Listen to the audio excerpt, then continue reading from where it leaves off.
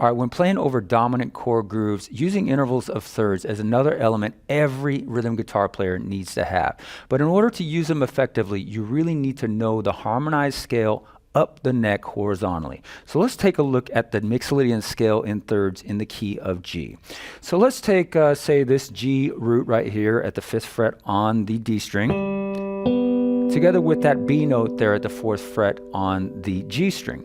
Okay, so that would be an interval of a third. Well, how do I know that's a third? Well, basically, I'm just going to count up from that G note in the G Mixolydian scale, 1, 2, 3, until I arrive at that B note there, and that's an interval of a third.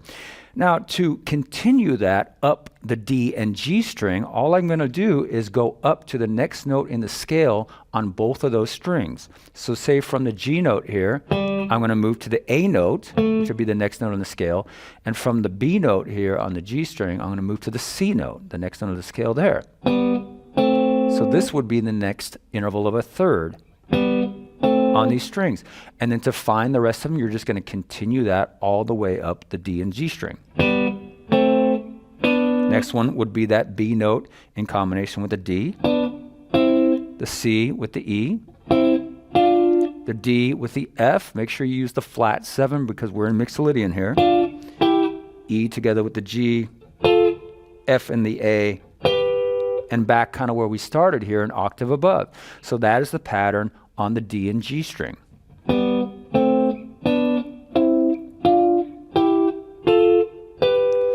Now you need to make sure that you learn these patterns on all string pairs. So let's take, say, the notes on the G and the B string now.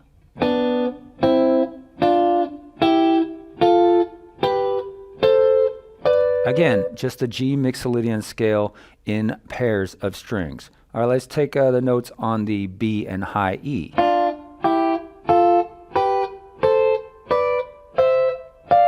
Now, learning this can seem kind of overwhelming at first. So what I suggest you do is kind of learn them in groups of 2 or 3 at a time and see those relative to either a chord shape or a root. So let's take that one that we started with down here. And usually what I suggest is learning, say, this one together with the next 2 and seeing this relative to your bar chord right here at the 3rd fret. So there's our E-shaped bar chord. I'm seeing this group of 3 intervals of thirds, starting with this pair right here, taken out of that chord shape, and the next 2 are going to look like that. Now, you want to do that because when you go into another key, you're going to have that shape memorized. So say if I go up to the key of C, right? Just go up to the relative same placement there. The pattern of the thirds is going to be exactly the same. All right, so let's do another one. Let's take, say, the notes on the G and B string. Now I have this, this, this, right?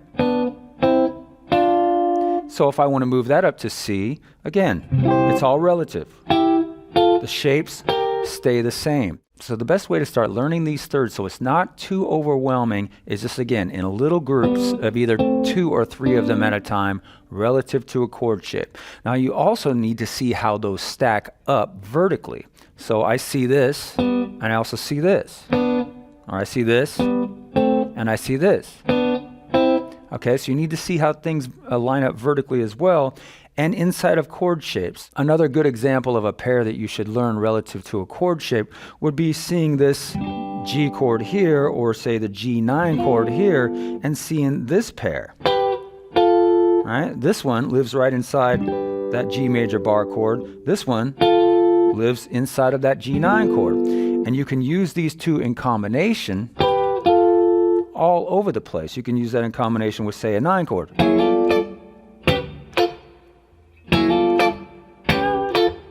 Now, another great thing you can do with these thirds is use a bit of chromaticism with them. So I could take that same pair that we just found, and I can use the passing third in between. Right there, and I can kind of make a groove using that. Little side step at the end.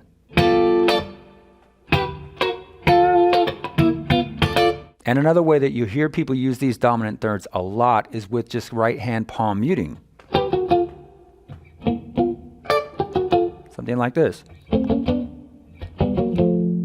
All right, so there's some ideas in using dominant thirds. It's a tool you definitely have to have in your bag.